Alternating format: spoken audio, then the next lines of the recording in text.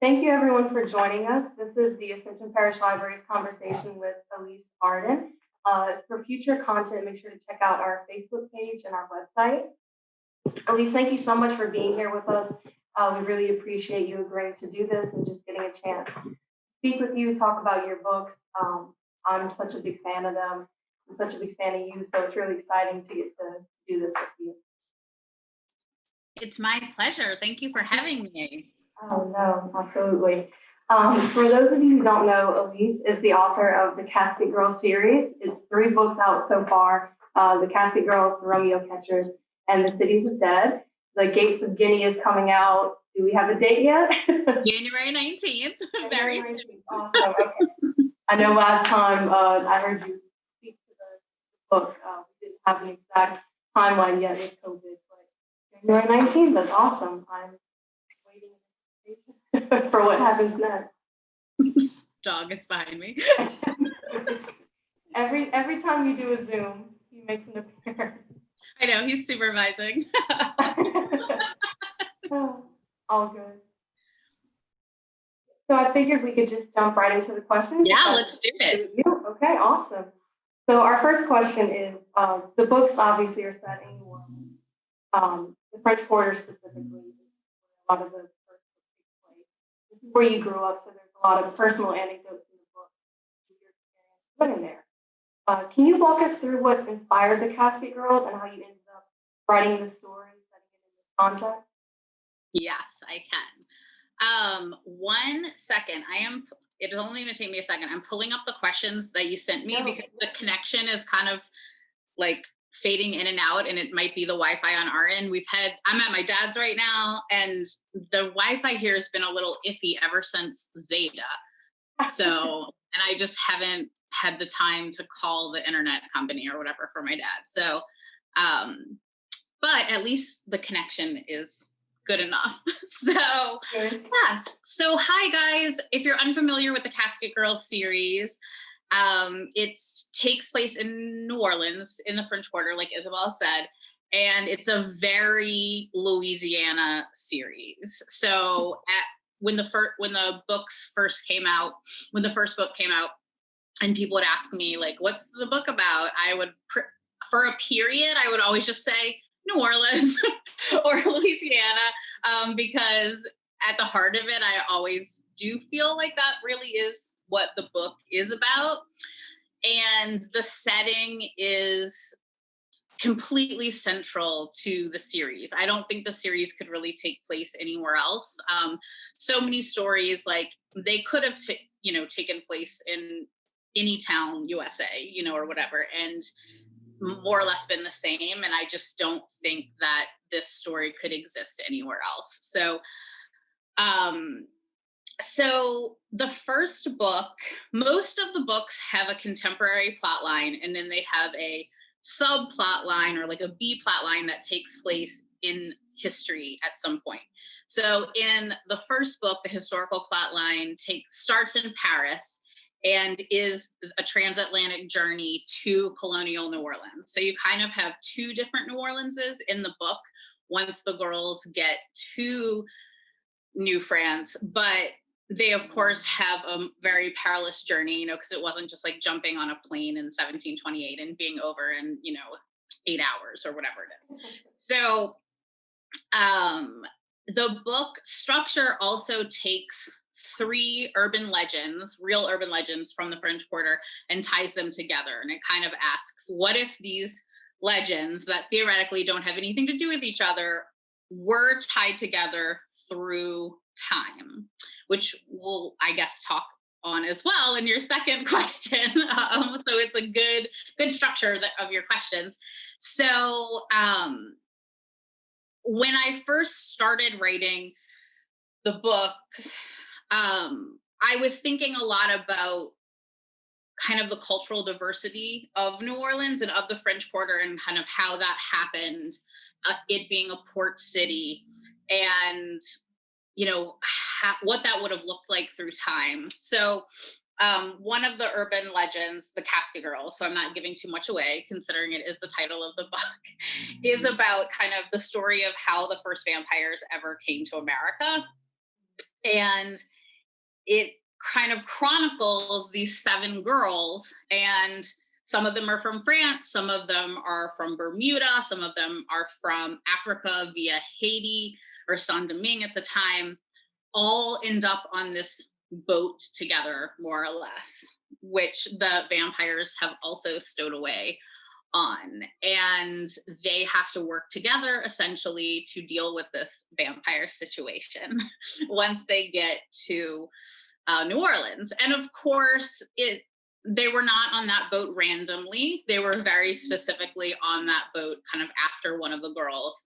And the girls all end up kind of becoming best friends, even though they're from different countries, have different like socioeconomic backgrounds, but they all have this one thing in common, which is magic. And it's very adventurous for them because they're all teenagers as well, and they're all, for whatever reason, on their own at this point in their lives. So they really kind of become this found family and form this really strong bond.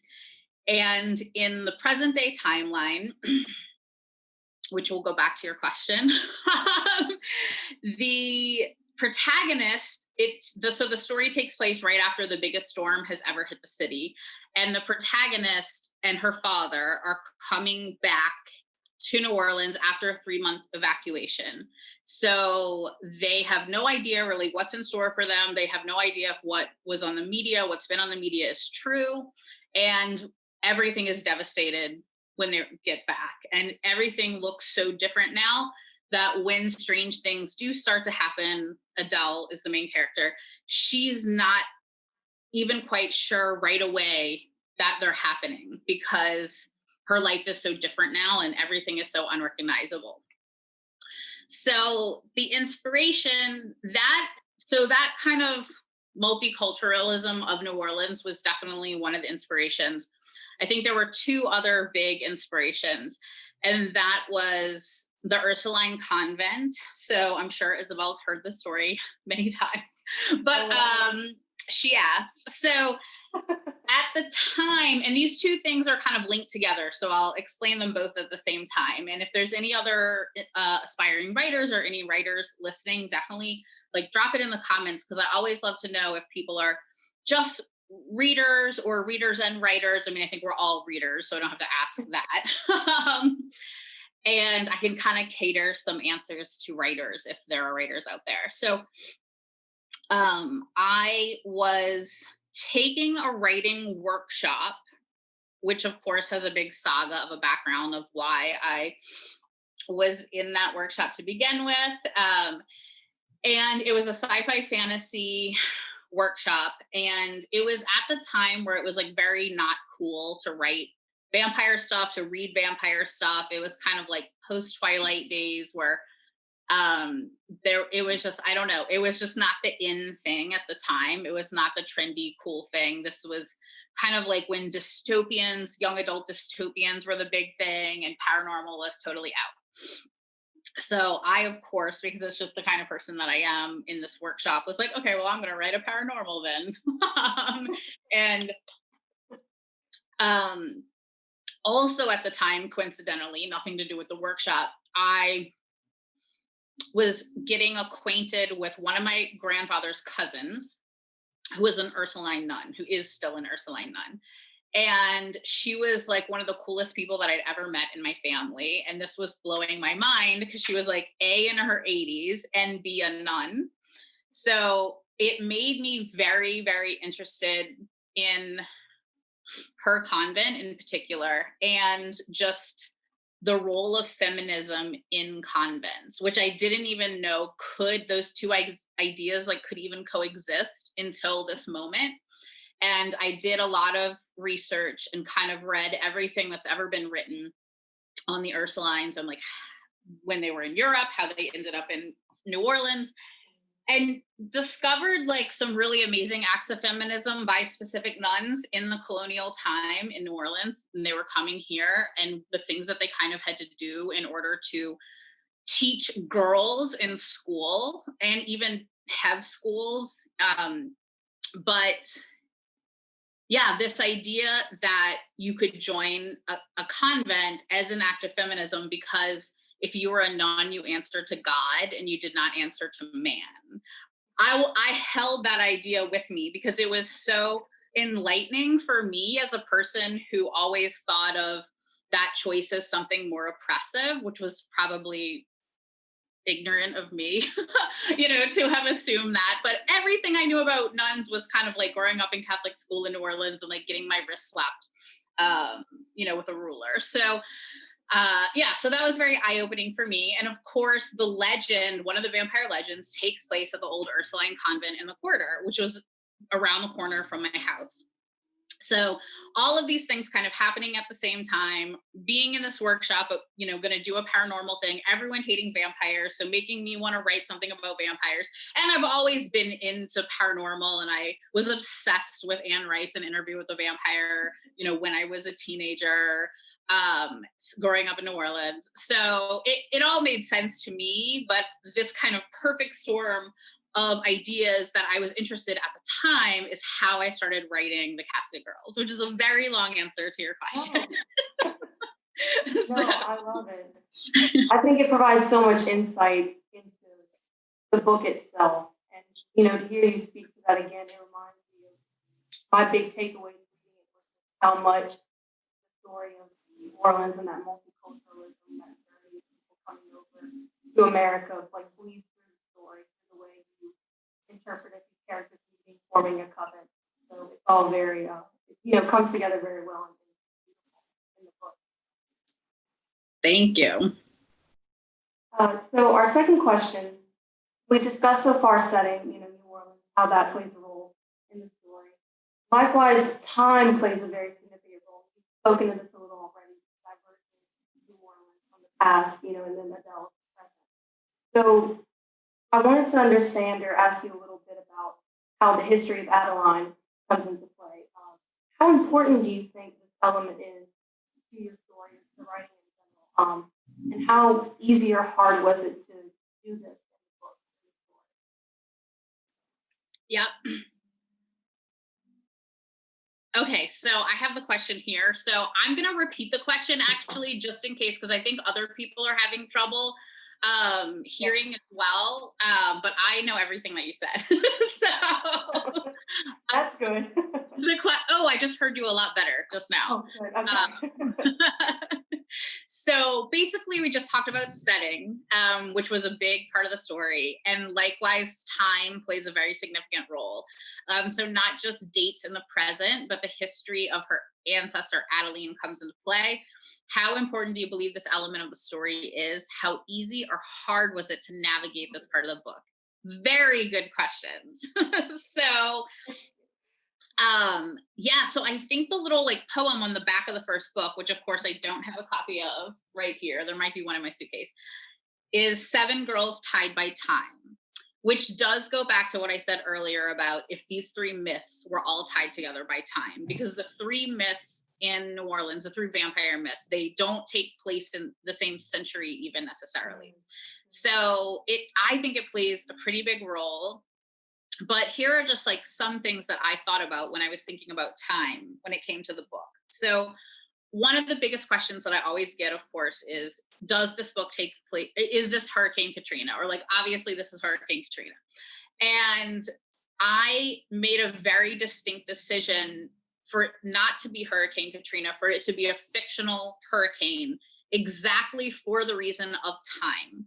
Because if it was Katrina and it was called Katrina, then it had to happen in a certain year, and then once you place something in a certain year, it's okay, well, Ray Nagin was the mayor and George W. Bush was the president and this song was on the radio and these ideas were happening in society, and I didn't want that. I wanted the book to be set in present day, not locked down to a specific time.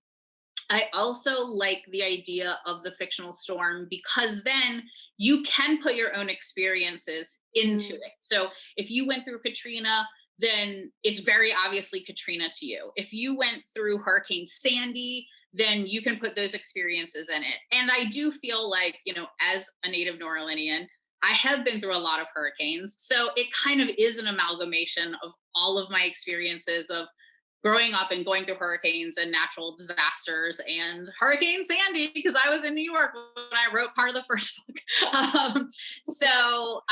I would say that's like the first thing about time, which is not even what you're asking. But so I loved the idea that history affects the present and affects the future. So time does play a huge part because magic in the book, and this isn't really a spoiler, is hereditary. So magic passes down through the generations. It can skip generations. And time, having these two different timelines and going back and forth between them is the only way like to solve the mystery of the book. So it was funny because and this is fine, like anyone can, you know, dislike my books or have different opinions on my books. That's the great thing about reading and books. But I remember a comment once on book 2, which has a timeline in that goes back 100 years from the timeline in the first book, and it takes place actually in Italy. And I remember a reader once being like, "Oh, you can just skip the whole historical timeline in book 2." And I was like, "Really?" Like, every clue to the mystery is in the historical timeline. Like, I get it if you're just like, "Oh, it's boring," you know, or like, "I don't want to read anything historical." But to just kind of say, "Thank you, Carrie." Just to say that like you can skip it and it'll be the same book. I'm like, no. So it's a structurally for the storytelling, it's a really big piece because typically the clues that you're going to need to solve the mystery are in the historical parts of the book.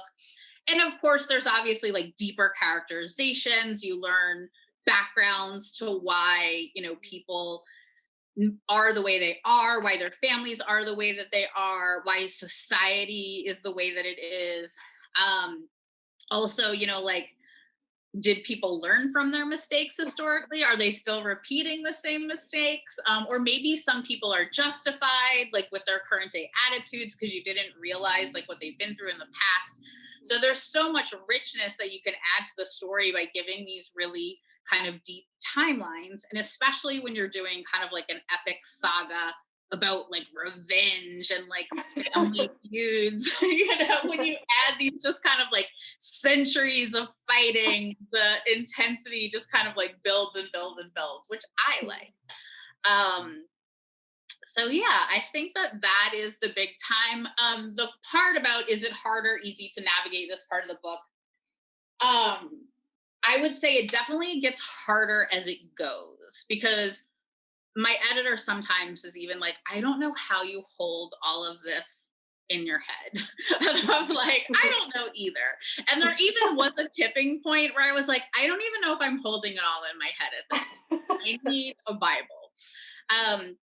So it's funny. I have found, and I don't know why, the historical parts are actually easier for me to write because typically when I start, and I'm very much an outliner, I do not write by the seat of my pants, which is a whole other topic. I know everything that happens before I started. So I know the whole historical timeline. And even if I've never written it down, I know it all in my head. And so when I'm writing the contemporary one, which is kind of all over the place, I'm kind of pulling the historical one down linearly where I need to drop it into the story. Whereas some parts of the contemporary part, even though I'm outlining, I'm figuring out as I go. And I'm not saying that I know every single little detail in the historical part, but I, for the most part, know it for whatever reason. Like it kind of comes to me first. I think it's more interesting to me. Not that I'm disinterested in the contemporary part, but I like doing research and I like, you know, all of that stuff. So I typically know that in advance. and I'm building the rest of the story around it. But as the series goes on, and we're like thousands of pages into the series, it definitely has its struggles where I'm like, I have a huge timeline like that I'll have to put up on my wall to like fact check my own thing to make sure that, you know, I'll have to tell this story after book 4 comes out because it'll be a spoiler. But there was a dialogue that I wrote between 2 of the vampire characters, which isn't really giving anything away. So one of them's been alive for 400 years and one of them's been alive for 300 years. And he says something about his brother. And it was like my favorite conversation that I've ever written. And then the next day I was like, it wasn't even possible for this to happen. Like he wouldn't have been alive. And then I was like so mad because I had to delete it. And I spent like a whole day trying to figure out how I could keep it in if I edited it. And I'm like, you can't just throw it away. Like it's not possible unless this is going to be a time travel novel. So I'm glad I caught that though. We would have loved it anyways. So our third question is another long one. Magic, witchcraft, and even vampires are themes that readers find in books, or many books nowadays. It's become a very popular genre. As you know, these ideas have strong historical or even cultural ties to New Orleans, specifically the ones used in the book. When you started these books, did that context weigh on you at all? And how did you navigate creating your own take on that while still maintaining? That is a great question, and probably more important and relevant now than ever. It weighed on me a lot. It's the biggest challenge of the book, of the series. I'm going to break this question down a little bit. So, and give you a little bit more background for people who haven't read. So, and I already kind of started talking about this in the very first question. So each one, I mean, obviously I could start by saying that the whole magical system in the book is fictitious. So on one hand, you're making everything up, you know, but I think as a writer, you kind of decide like, how fictional is it? You know, is it X-Men, you know, where someone could shoot up to outer space, you know, or stop time and go back in time, or, you know, just like kind of where is the realism? Where are you on the realism scale, even though the whole scale is fictional? And mine, what I try for and what I do get very often letters about is, I know this is going to sound crazy, but I feel like your world is real. You know, like I know there are vampires in it, but I swear it's real.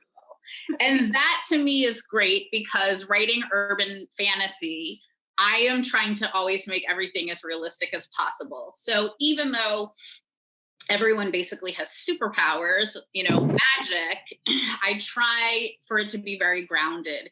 And I try for even like the vampires to have some kind of like scientific, you know, reasons why things are the way that they are. Magic was kind of based on alchemy.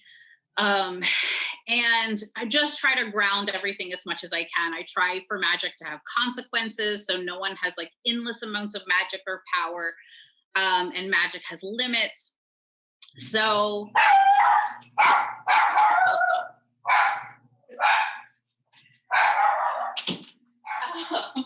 so that's going to go on for another minute.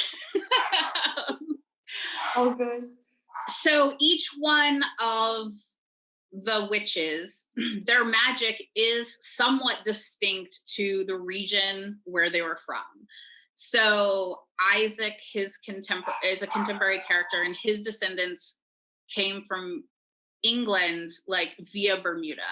And some of the other witches are French, some of them are from Basque Country, some of them are from Italy, some of them are from Africa via Haiti. So obviously, as a New Orleanian, and most of these people being from New Orleans, no matter where their background was from, I was confident in that. I'm like, I know this city, and all of these people, more or less, except Isaac, are from this city, and particularly like even in the French Quarter. So there were some things that I was definitely more confident than others. Obviously, I am not a Black woman, so writing about voodoo and slavery and the Black experience and the Black female experience were all things that were very important to me and still are very important to me. But it was something that did weigh upon me a lot, going back to your question, and still do. And it's something that I have thought a lot about in a lot of different contexts throughout the story. So I knew that for me, not including any of these things in the book seemed like whitewashing, which I didn't want to do. But I also didn't want to step too far out of my lane, so to speak, and do something inauthentic to that experience, which is clearly not my own. So I made certain decisions of stuff that would be included and stuff that would not be included, or that it would progressively be included. So for instance, book 4 is largely about a voodoo urban legend in New Orleans. So I very much chose not to put that in book 1, in my first book that I was writing, because I felt like I was not ready for that, or I didn't know if I was ready for that, to write that. So I started researching what would ultimately be book 4 at the very beginning. And I did not write about it so in such detail until the past year. And with those components of the book, I have kind of like a mini team almost working with me, because I'm very, I want that to be as special as the other parts of the book, where I do feel like I can more easier represent. So, so that's really the first time that I've talked about that in that much detail too. So, but yeah, I mean, The Gates of Geni is obviously the title. So, and we know from the end of book 3, like where all of that is going. Desiree has her own POV in book 4, which I'm super excited about. And she's one of the favorite characters. So I think people are going to be excited for her to have her own POV. But of course, it is something that I was very nervous to do. But she's one of my favorite characters. And I had a lot of fun writing her, and I can't wait for people to read her. But yeah, if anyone else has any like follow-up questions for any of this stuff, we're definitely going to have time to take questions as well. No, I'm really excited about Desiree's perspective. Yay! Delve into that. The topic is so fascinating, and it makes me happy to hear there was so much respect and attention to going into that story and that perspective. I'm even more excited now. Good. So our fourth question before we open it up to the audience is, how did you become a writer? Was it something you've always wanted to do, or something you were inspired to do? I know you spoke to Casket Girl specifically. Yes. So this question is about becoming a writer. And it's always an interesting question, because I think the follow-up question that I would always ask is like, well, what makes someone a writer? Is it because you write every day? Is it because you're working on a book? Is it because you have a published book? Is it because you no longer have to have another job and writing is solely, your sole job? So there's a lot of different definitions, of what constitutes a writer. So, but I'll kind of take it broad. So I did not go to school for English. I did not go to school for creative writing. I never even considered being a professional writer. I wrote a lot when I was a kid, and I loved it.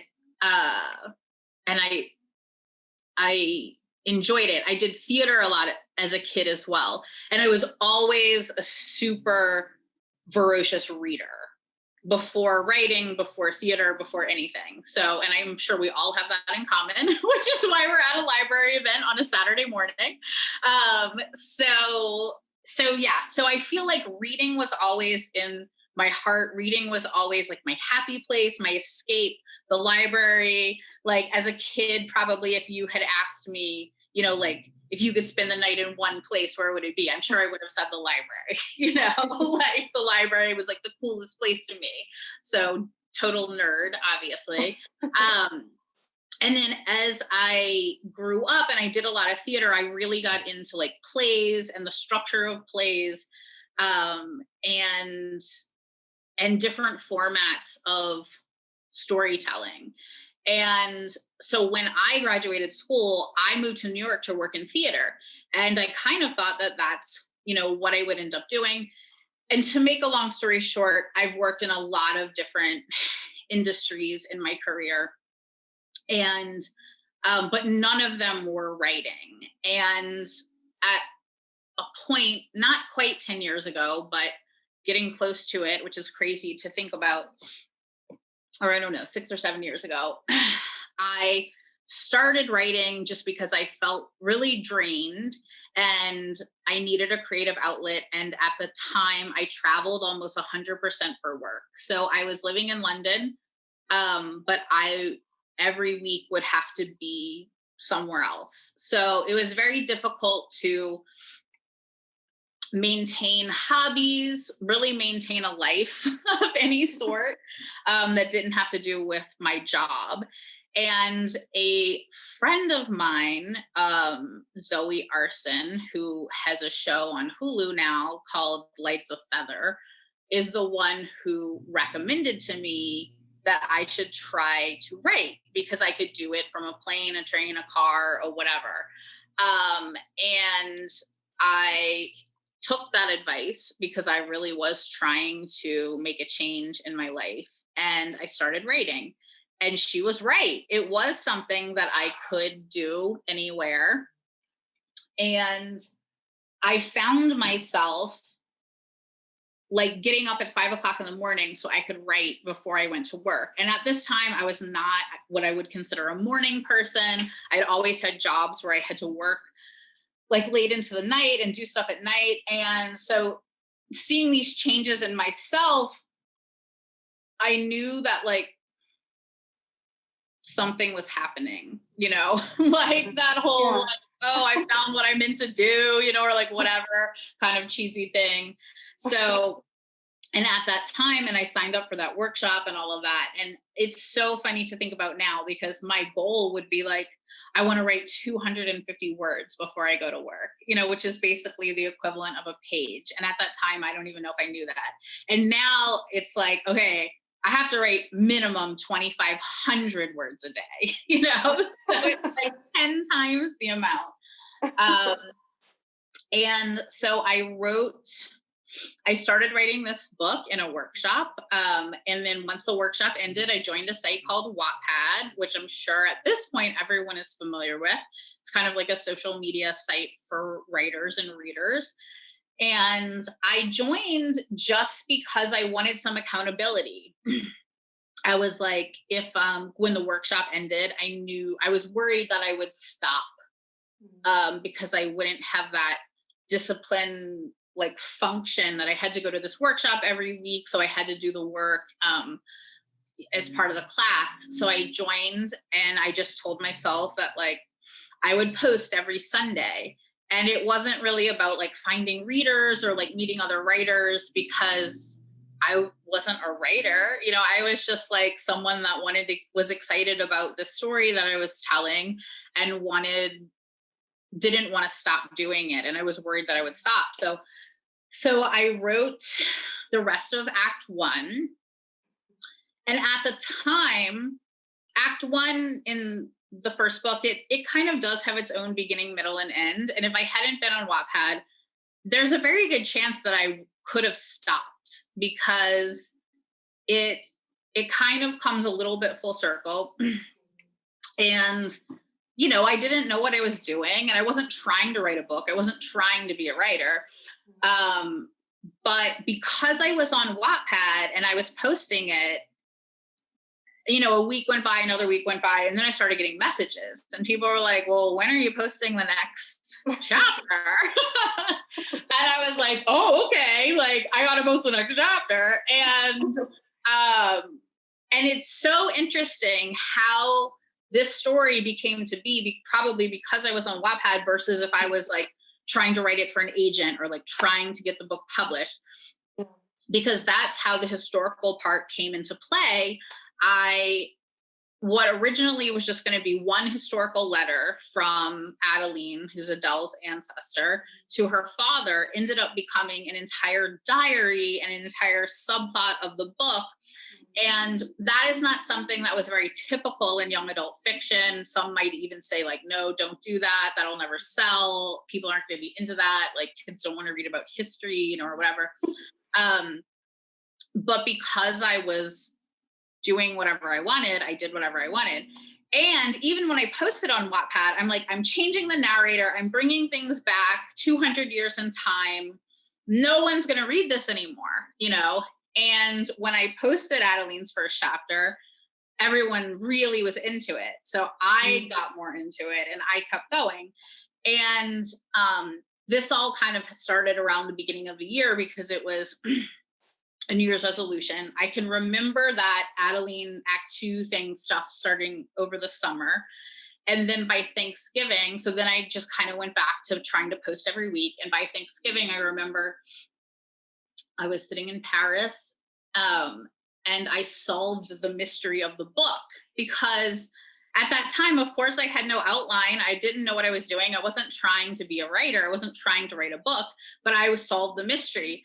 And then it took me another, I think, until January to write the rest of the book and to post the rest of the book. And then when I did that, it went viral online. So it was a journey, and it was a very untraditional journey. But that is kind of how I became a writer.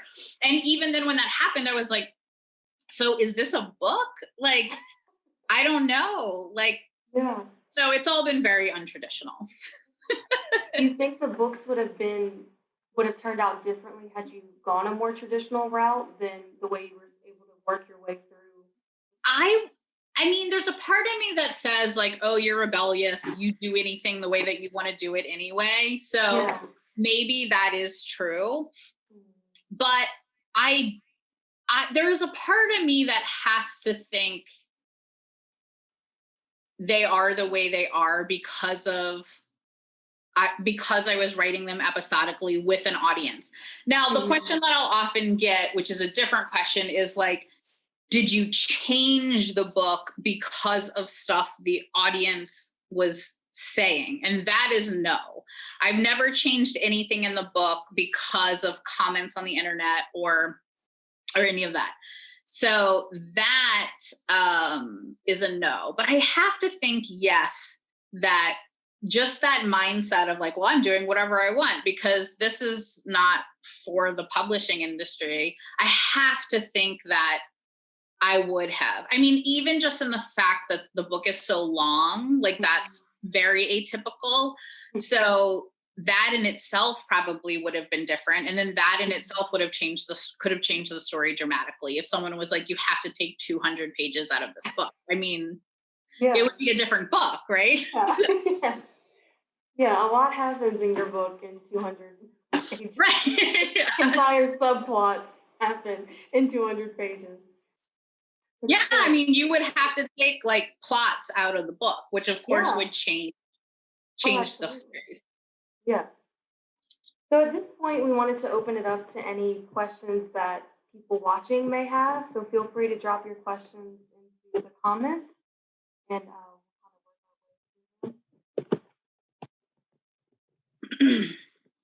I'm kind of going through the comments. So if I skip anything, Isabel, try to let me know. Yes, I agree, Samantha. I cannot imagine skipping a whole chunk of a book. And I'm not just talking about my book. I'm talking about any book. So, and yes, a lot of people I think there's a lot of crossover between the Vampire Diaries and the originals, for sure. Just because teenagers, supernatural, vampires, witches, and then of course the originals does end up taking place in New Orleans. So, although I've never seen it before, all magic comes with a price. Oh, okay. Yes. Okay, well, I hope I didn't say anything too spoilery, Samantha. I usually do ask too, like, how many people have read the whole first book, or, so that way I don't give anything away. So Carrie says, I love what you said about women joining the Ursuline convent as an act of feminism. I've only read book 1 so far, so I don't know if you address this in the other books, but have you considered writing a historical novel from the POV of an Ursuline nun who joins a convent for that reason? I have not considered that for this series, which means it does not get addressed later, to answer your question. I would say that like anything is a possibility in this series because it is so broad and there's so many characters that that I wouldn't rule anything out. And I've said this before in my group and at things, once the main series is over, I have a whole plan to do a series of novellas that are from different characters' POVs. I don't know that I could see myself writing from a POV that is not currently in the series, like in the main series. For the novellas, I will likely end up doing a couple of POVs who don't have POVs in the series, but are still like characters like Cody, for instance. Or I know there's a strong like want for a Mac novella, which is Adele's dad. So I think the only way I'd be able to do that is if I like went back in time and did it when he was younger and maybe when he meets Adele's mom. But I am thinking about having a nun character in another series that I'm outlining right now. So I don't know if she would be an Ursuline. And I could see myself doing that potentially in either other series as well. But I do think that kind of active feminism part would come into it, whether it was an Ursuline or not. So I think that idea will stay with me for a long time. So I could definitely see it creeping up in other places for sure. Okay, so the question is, would you publish the novellas as short volumes or all in one book as a collection of Casket Girl stories? So this could change, of course. So I hate committing to anything. So this is a light commitment.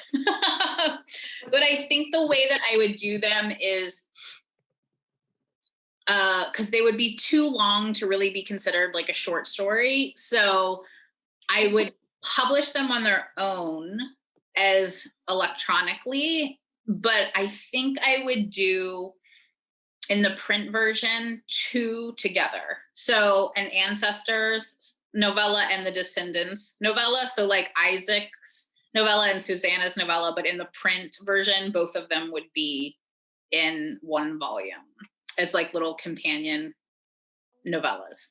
I would love that. Oh, good. That is, oh my gosh, I can see it now, the covers and everything. That'd be incredible. Yeah, I think it will be fun and kind of a way to work on some material that doesn't take so long to write because it's not like 700 pages. And just be able to explore some different characters and have them across the timeline, so I could do Susanna, for instance, in Bermuda, in the early 1700s. I could do the triplets while they were still in France, or I can do Marassa, post TCG in New Orleans with like her and Adeline, still both being in New Orleans. So there's like so many possibilities. It's exciting.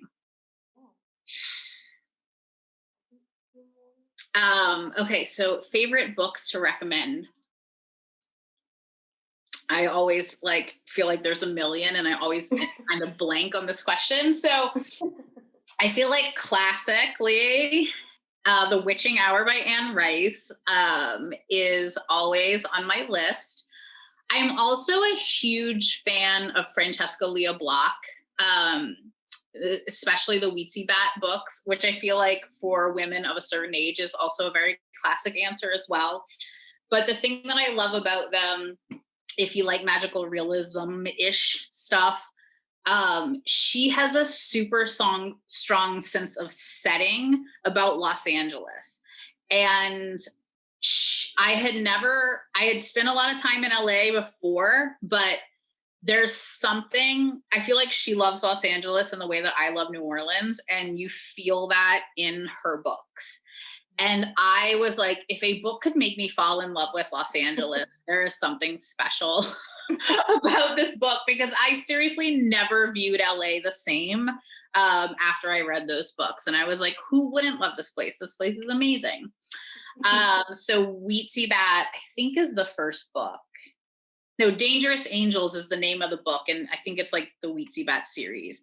I don't know. Don't quote me on that. So books that I have recently read that I really like are Ninth House by Leigh Bardugo, which is not technically young adult, in case people here are very young.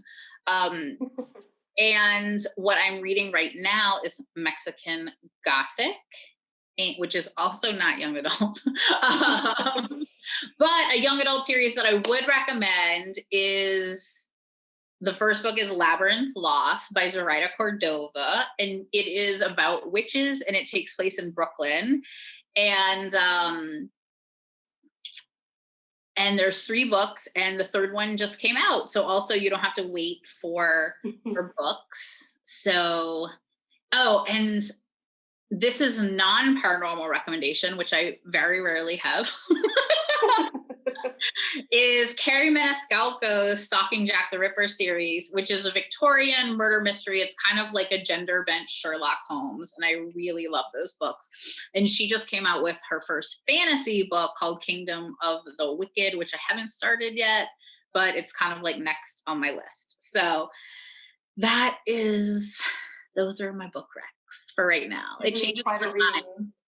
But if you do join our Facebook group, which hopefully you're on Facebook. If you're not, I'm kind of hopefully transitioning soon from that, because I do realize that there's so many people that don't want to be on Facebook. I do recommend books often, so you can kind of keep up with the ever-changing list. And I actually, which I haven't announced yet, but in next year, after the book 4 comes out, I'm going to start a book club in the group. So we can do read-alongs together of books that are not mine. So, okay, good. Other people here are reading Mexican Gothic and Stalking Jack the Ripper, and Francesca Leah Block. See, we're all on the same, we're all on the same page. Favorite books. I don't know when the audiobook for The Cities of Dead is going to come out. I'm sorry. 2020 has just kind of railroaded everything. I'm still hoping that it's going to come out when book 4 comes out, but I just don't know at this point, to be honest. It's the bane of my existence. So yes, the Facebook group is called The Attic. It should be pretty easy to find. If you can't find it, you can shoot Isabella or me a note. And we will send you the link. Yeah, I could definitely see the Casket Girls with a screen adaptation. I think that's the dream, for every writer, for sure. Yes. It'd be a lot of fun. It'd be a great show. Definitely. Are there any more audience questions? Yeah, if anyone else has a question, drop them in. Carrie asks, are you going to do an author event for the release of your new book? I know you've spoken of this a little on the Attic page. Yeah. I mean, I feel like since it's coming out in January, the odds of being able to do an in-person event are pretty slim. at this point, I mean, I still say, we'll play it by ear, but realistically with COVID, I can't. I mean, we're definitely not going to be doing an event in the way that we've done past ones, like a large scale event. It just won't even be like legal, I don't think. And obviously I don't want to risk anyone's health, including my own. So I'm, maybe on the table we'll still be doing like a normal bookstore event, with hardcore social distancing sort of stuff. That's definitely still on the table. I mean, we'll definitely do a virtual event. We'll do something like this. We'll do it on Zoom or Google or whatever, Facebook, for sure. I think we'll do that even if we end up doing one in person, because so many people obviously can't come to the in-person ones. But yes, so the short answer is, I think best case scenario, we'll be doing a bookstore event. Worst case scenario, it will be virtual only. But, when life does go back to normal, like in post-vaccine 2021, we will do a big event. I enjoy them. I know everyone enjoys them. So